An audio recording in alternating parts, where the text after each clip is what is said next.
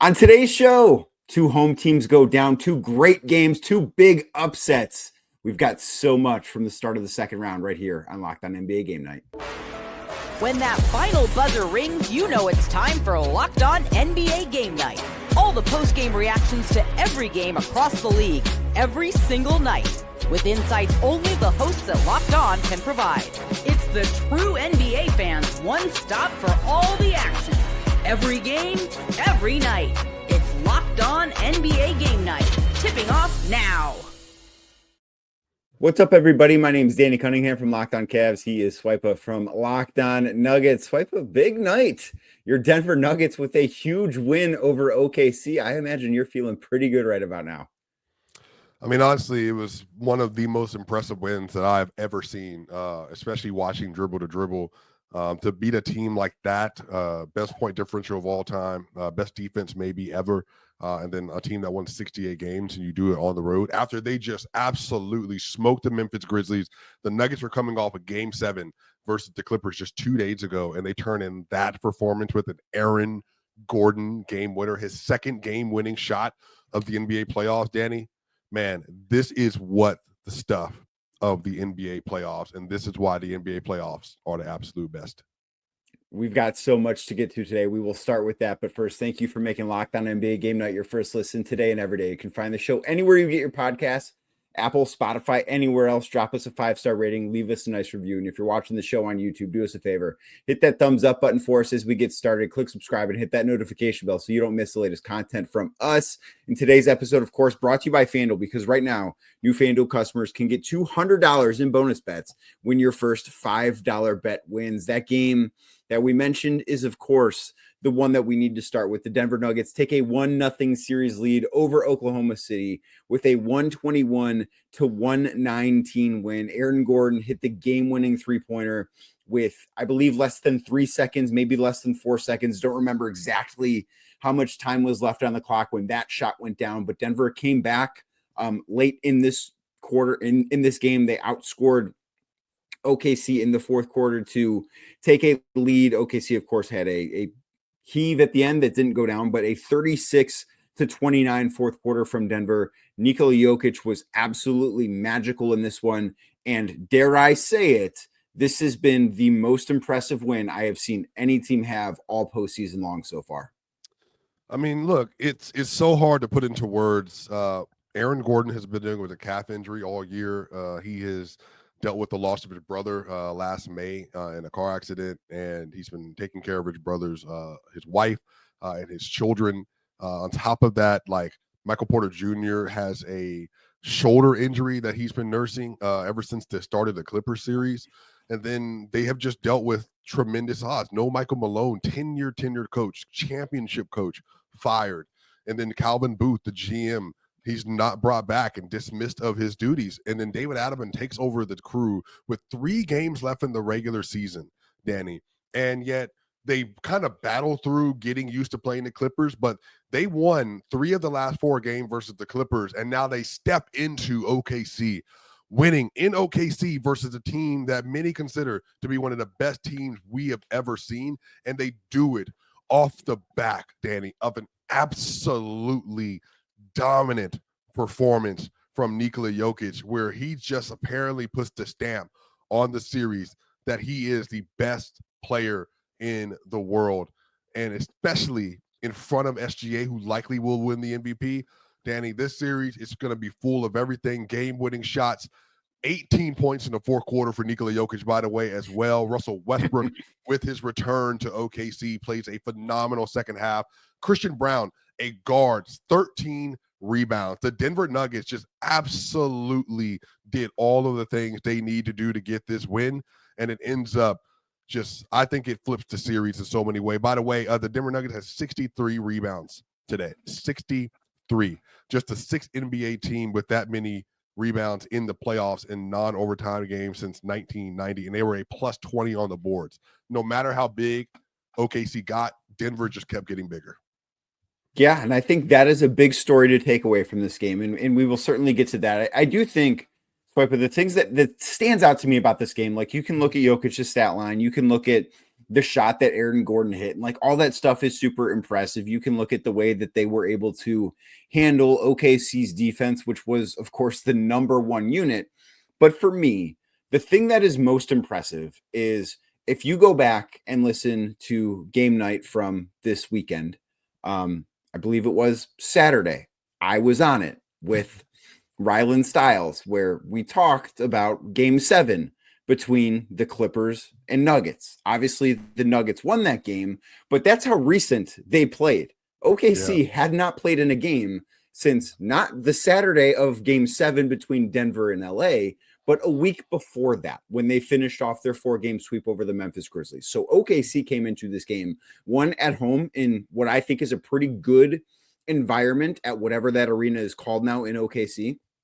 And two, Chesapeake Arena. I think it's Paycom Center now. It Might was be Paycom. Chesapeake. Yeah, it that's might right. be Paycom.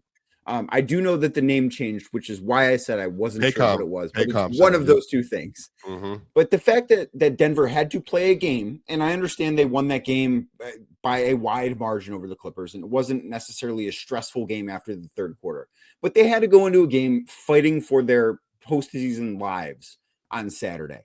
And then 48 hours later, playing in a new city against a much better team than the team they played on Saturday, going there and getting a win. I could not be more impressed with what the Denver Nuggets did on Monday night.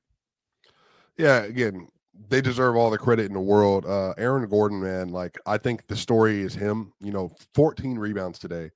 And he outplayed Chet. He outplayed iHeart. He outplayed J-Dub tonight in this game. And J-Dub's an all-NBA caliber player, an all-star this year. And then SGA, look, SGA, I think if you look at the box scores, Danny, and I actually would be curious to kind of hear your thoughts here. You look at the box score for SGA, you get 33 points from him. And then you also get 10 rebounds and 8 assists and 2 steals. But he was 12 of 26 from the field. The Denver Nuggets, they played pretty good defense. And then especially closing out that game, they took it out of its hands. Do you think that they did enough to kind of wrap up SGA? Do you feel like he had an impact on the game today? I mean, he's always going to have an impact, but I didn't feel like that he was as impactful as his box score numbers would say. Like, it didn't feel to me as if we were watching a guy have a near triple-double with 33 points, right? Like, you can kind of tell, okay, this guy's having a great game, and maybe he only has 25 points and 8 and 8, but it feels more impactful. And I'm not a big plus-minus guy. Like, I don't think that always tells the story. But when you see a stat line like what SGA had, and then you look in that category and say, oh, well, he played 40 minutes, 39 minutes, 45 seconds, and was a minus 16 in those 39 minutes. Like, that to me, kind of, it doesn't pass the smell test, right? Like, it just doesn't to me say, yeah, this was a truly impactful 33-point performance. Like, he was fine. I'm not going to sit here and say that he had a bad game by any stretch of the imagination. But I do think that they need him to be more impactful. The guy that I look at too is, you mentioned him, J-Dub, 5 of 20 from the field, finishes with 16 points, 7 boards, fine, 2 of 9 from beyond the arc. The Thunder need, I think, so much more from him. And I think a lot of the doubts that people had about this Thunder team going into the postseason, one, were about whether or not the defense would be as effective when the playoff intensity gets heightened as it does. And 2, whether or not Jalen Williams or Chet Holmgren or somebody could step up and help SGA carry that offensive load in night 1 of their first real series, because I'm just not ready to say that Memphis was a real playoff team with everything they went through. Like, you look at what Denver did in terms of firing Michael Malone, and then look at what Memphis did in firing Taylor Jenkins. It was just 2 teams that went in opposite directions with those decisions. So I don't take much stock in what they did against the Memphis Grizzlies, but to see those 2 guys not be able to help SGA, that is the thing, if you're a Thunder fan, I think should be the most concerning aspect of this game. Yeah. Look, I think they're going to come back with a mean punch, but Danny, it's because they have to, because what they can't do is go down 2-0, all the momentum on the side, and now all Denver has to do is get 1 in Mile High. And Danny, I'm telling you right now, Ball Arena is about to be on fire for game 3. So they absolutely need to come out with a reckoning, which they very well can, because they've been the best team in the world all year. But SGA, J-Dub, Chet. Oh, by the way, we haven't even mentioned Alex Caruso. Did you see Ed Reed out there today, Danny? He was Alex Caruso. I thought Alex Caruso was the best player on the Thunder. I thought he was the best player on the Thunder in this game. What he did, like the one block he had of Jokic, where he came out of nowhere from behind, and Jokic has no way of knowing he's coming. But what he did defensively, and he played 26 minutes. He's never going to be a guy for them that plays 40 plus minutes in a game. So that does, I think, mitigate some of the impact. But he was the guy for OKC that you look at. You felt that he was on the floor for all 26 of those minutes. 5 steals. Like, I'm so sorry, man. Caruso, there's a lot of hype in this, Danny. We got to get into the numbers and history with this. There are many people that have made the argument he's the best guard defender in NBA history. And honestly, like, there's just not many players that impact all 3 levels of defense the way Alex Caruso does, from rim protection, off-ball help, on ball. He just does everything. His pick and roll navigation. He guards bigs well, wings well, guards well. Man, he is just an absolute man. And look, he is legitimately the Ed Reed of the NBA. I just have never seen a guard with that kind of impact defensively. It's hard to be anything other than super impressed with what he did. But ultimately, the Denver Nuggets are the ones that leave game 1 happy with a 121-119 win. That was maybe the most exciting upset of the night. I have to say maybe because the game before it was also incredible, with the New York Knicks erasing a 20-point deficit in Boston to get a win over the Celtics. We're going to dive into that overtime victory for New York next, right here on Locked On NBA Game Night. Today's show brought to you by FanDuel. The NBA playoffs, boy, are they in full swing. And every night delivers highlight-worthy performances. That is absolutely true about the night we're talking about. Major momentum shifts and can't-miss moments. A few of those coming out of Monday night. Certainly, whether it's a game-winning shot like the one we saw in the second game tonight or a breakout player, there's never been a better time to get in on the action with FanDuel. FanDuel makes it easy to stay in the game before tip-off and live as the game is going on, with player props, performance trends, same game parlays, and so much more. Fans have more ways than ever to play smart and win big. Maybe you are watching to see something that happens in the first 3 or 4 minutes of the game. Maybe you're going to check out game 2 or game 1 that's going to take place later on tonight in the Western Conference. You think, okay, if this happens in the first 3 or 4 minutes, I really like Minnesota. But if it doesn't, Golden State might be the way to go. FanDuel lets you place live bets on games. And if you are new to FanDuel, sign up and place your first $5 bet. If that $5 bet wins, you get $200 in bonus bets. You cannot beat that deal. So again, head to FanDuel.com. That is FanDuel.com, or download the FanDuel Sportsbook app today. And if your first $5 bet wins, you'll get $200 in bonus bets. Make every moment more with FanDuel, official sports betting partner of the NBA. Thank you again for making Locked On NBA Game Night that first listen today and every day. Like I said earlier, you can find the show anywhere you get podcasts, Apple, Spotify, anywhere else. Make sure you drop us a 5-star rating and leave us a nice review. Swipa in the first game of the evening on Monday, East Coast affair between Boston and New York, a game that I don't know that anybody necessarily saw coming, because the New York Knicks during the regular season had 10 games against the Boston Celtics, Cleveland Cavaliers, and Oklahoma City Thunder. They went 0-10 in those games, did not win a single one.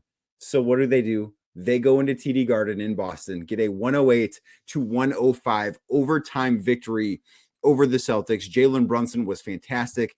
Mikal Bridges was phenomenal. A great steal at the buzzer, hit some big shots. OG Anunoby. Just what did you like from what you saw from the New York Knicks on Monday? They were down 20 points. What do you mean, Danny? They were down 20 in Boston. And I mean, look, I saw the timeline. Everybody had counted them out by this point, and they were like, well, they changed the roster, but not much has changed with the team and all this other stuff. And then in the fourth quarter, OG Anunoby, Jalen Brunson, they just absolutely turned the game around. And it was just a spectacular performance from all of their guys to get them back into the game. And it really started at the end of the third. Josh Hart made a nice running layup. Tatum missed a pull-up jump shot. And then they get OG Anunoby ends up getting a dunk off a Hart assist. They just kept moving the ball around. And then OG Anunoby, really from the end of the third quarter through the top of the fourth, he just continued to swing the game, just kept scoring point after point after point. And then if you look inside the second half yesterday, OG Anunoby, 20 points, 7-11 from the field, 4 of 6 from 3. And honestly, he got it started. But y'all, I'm sorry, man. Jalen Brunson is just a madman, Danny. Jalen Brunson, 20 points in the second half, 4 of 4 from 3. And for the audience, if you didn't get a chance to watch the game, first off, go watch it. He had 29 on the day. So in the first half, he wasn't playing super well. But Danny, he got into his mode at the end of the game. And he started to pull Al Horford onto an island, and he hits 2 huge step back 3-pointers in his grill. And I'm just like, oh my God, there is something to, even if he's mid for the whole game, you give Jalen Brunson 4 minutes, he's going to turn this into a shootout. And the fourth quarter, at the end of the game, it really came down to Danny. OG Anunoby had 8. Jalen Brunson had 11 in the fourth. And then Derek White, Drew Holiday hit some important shots. But, really one of the reasons the Celtics didn't get it done, Jason Tatum was 0 of 7 in the fourth quarter today. And he missed, I think, his last, I want to say 6 shots, and also missed 3 straight threes to try to close out the game on shots. Honestly, he could have got better looks. He had Jalen Brunson on him and was taking step back threes instead of getting to the rack like he's done all year. But overall, I think the Knicks, they got a massive win. They used their superpower to get that win. Jalen Brunson in the clutch. And what's funny is, Danny, I joke, if they get Boston to the clutch, they can probably beat them. I just don't know if they can get the 20-point deficit down in 3 minutes at the end of the quarter. But just a great game from them all the way around. And I think Boston, they're kicking themselves. I think they missed 65 threes today. They missed just about every 3 that they took. Before we dive into the side of Boston, let's hear a little bit more from Gavin Shaw over at Locked On Knicks. By the skin of their teeth, 108-105 to steal game 1 from the Boston Celtics. I'm Gavin Shaw of the Locked On Knicks podcast. The Knicks just barely win this one despite the Celtics setting a record for ineptitude in a playoff game behind a 3-point line. They missed 45 of their 60 attempts. And yet they built up a 20-point lead anyways, but the Knicks were listless. Karl Anthony Towns had one of the worst 5-minute stretches of basketball I've seen from any Knick all year to start the fourth quarter. They were absolutely looking like they were going to lose this game, and then everything changed because Jalen Brunson went crazy, and he's going to get the bulk of the headlines. But man, the 3 wings, Josh Hart led an extended run in the third quarter, completely flipping the pace of this game, pushing off of rebounds, setting up dunks for OG Anunoby, who was spectacular in his own right. For one stretch, he accounted for 8 straight points, stripped Jason Tatum for a dunk halfway through the fourth quarter, had another one in overtime where he ran the floor, and Josh Hart hit him. Just great shooting game from him with 29 points. And then Mikal Bridges finishes this game with 5 steals plus blocks.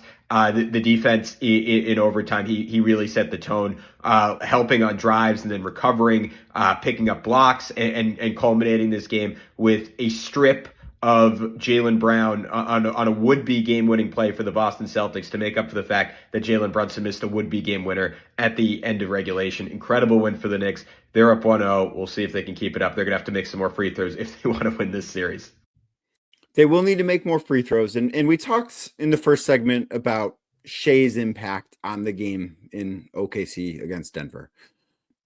I look at what Bridges did in this game, and I'm not going to sit here and say that he was more impactful, but you look at his box score, like he scored 8 points, didn't shoot the ball well, 7 assists, 6 boards, 3 steals, 2 blocks. Like that, he had the triple single, right? Like he was not overly impressive in any area in the box score, but you felt his impact. It felt like, and he played 51 minutes in this game, and it felt like it was such a big deal.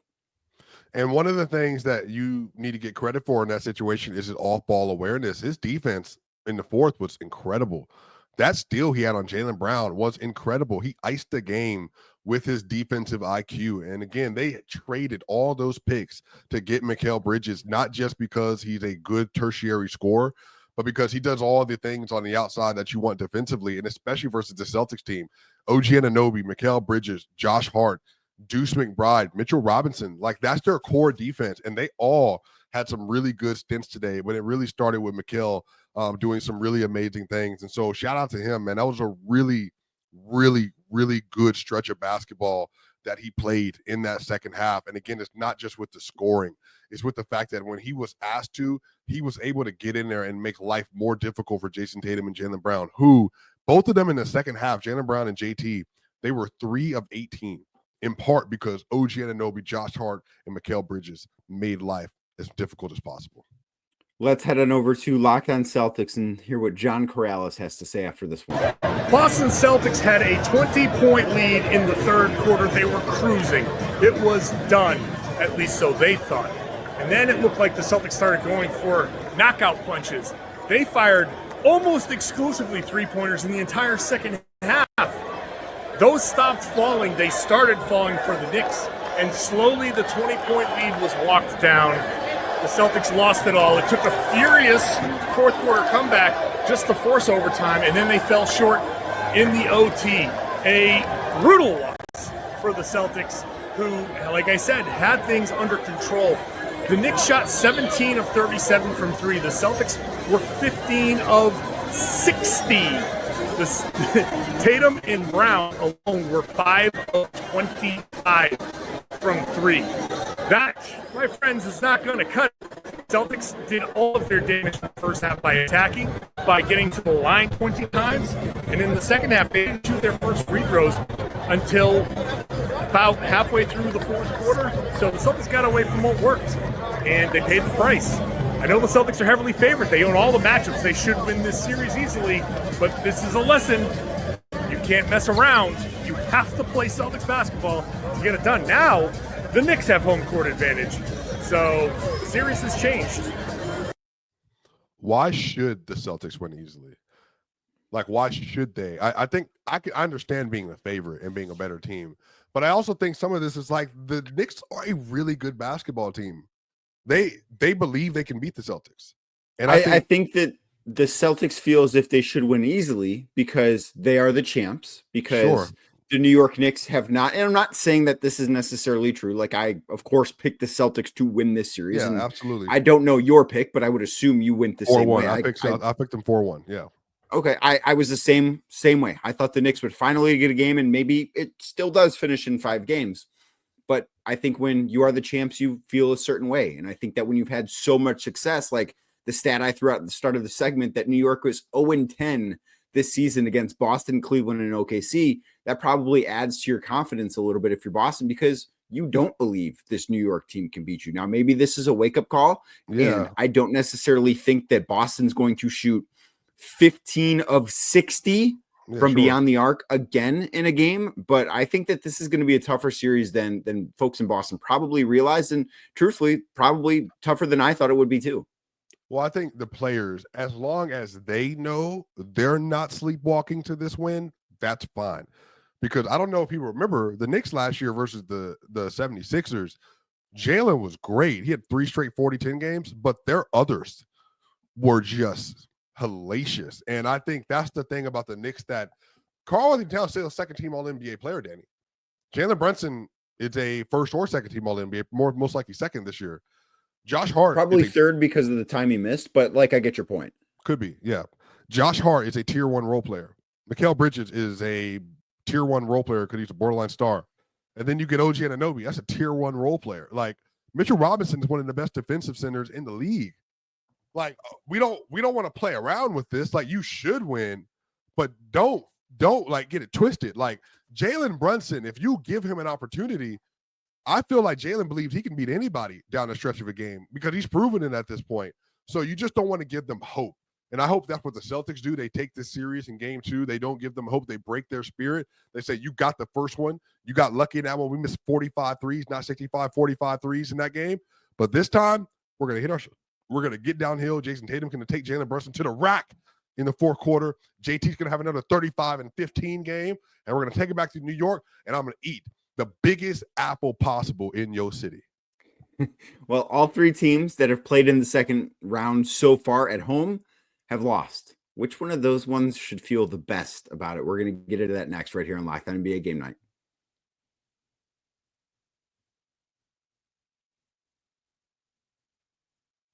So far in the second round, home teams winless. The Cleveland Cavaliers on Sunday lost to the Indiana Pacers.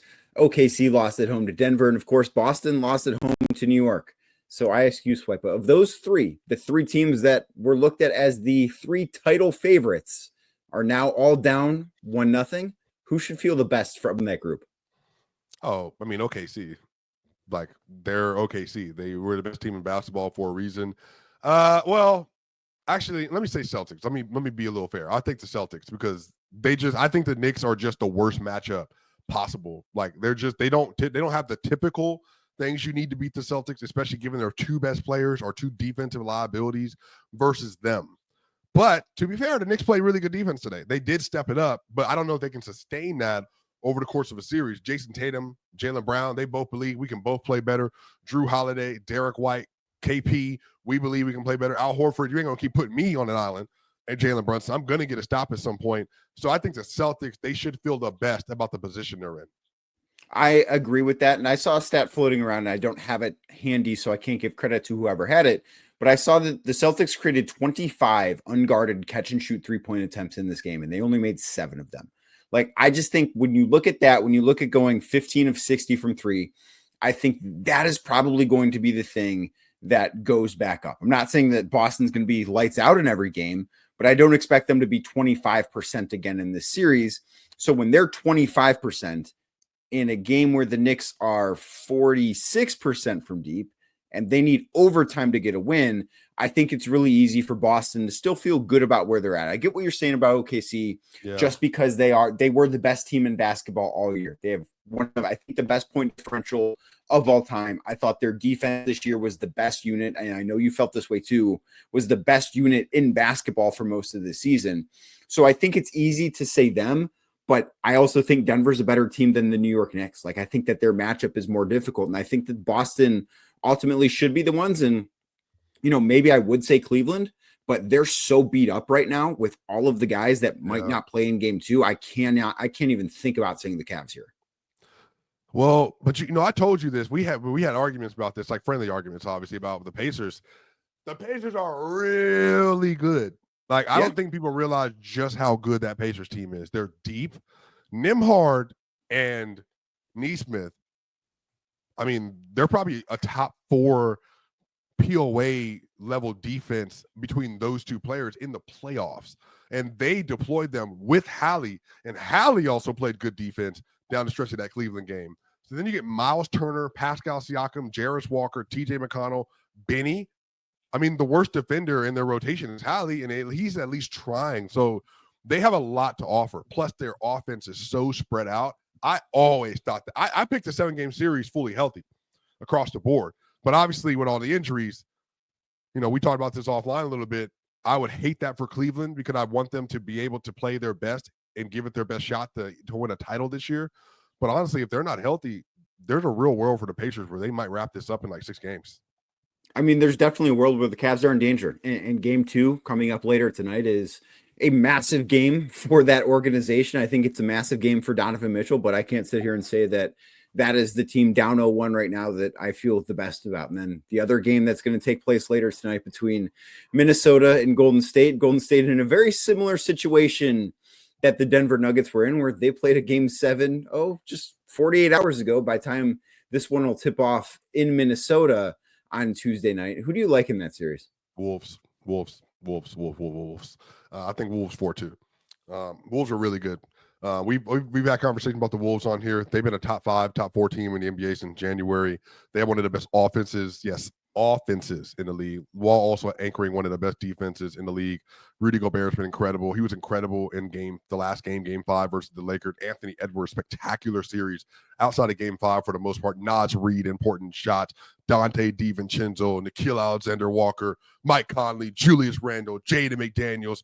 The Wolves, man, they're just a really good team. I do think Steph and Jimmy Butler and Draymond will present some issues. I think Pods and Moses Moody are the 2 most important youngins in this series for the Warriors.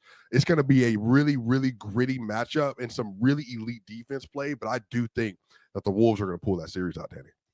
I'm with you, and I think that the Warriors, being a little bit of an older team, are at a big disadvantage here too, considering they're coming off of a game 7.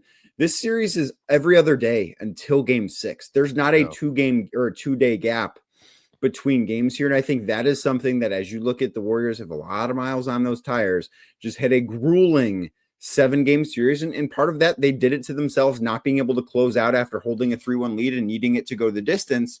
But so they can blame themselves a little bit there. But I think that is something that the Wolves have to look at and say, we feel really, really good about where we're at. I'm taking the Wolves in 6 as well. Like, I just think that this is a great matchup for them. I probably would have picked them against Houston too, had the Rockets won that game 7 on Sunday night. But I think that Minnesota fans should feel great about the spot they're in right now. Yeah, I agree. I think it's going to be a really good series. Like, the Warriors can win. Don't get me wrong. They definitely can win. But I just think that going into the matchup, I think the Wolves have 8 starters on their roster. I think that's really important. And I think that's going to really, as the series goes on, that's going to show its head as well. I think so too, and that'll be a one to hear about on tomorrow's Locked On NBA Game Night. But thank you for making us your first listen today and every day. You can find the show anywhere you get your podcast, as I said, Apple, Spotify, anywhere else. And if you're watching on YouTube as we get out of here, do me a favor, hit that thumbs up button for me, click subscribe, and hit that notification bell so you don't miss the latest content from us. We'll be back tomorrow talking about all the games.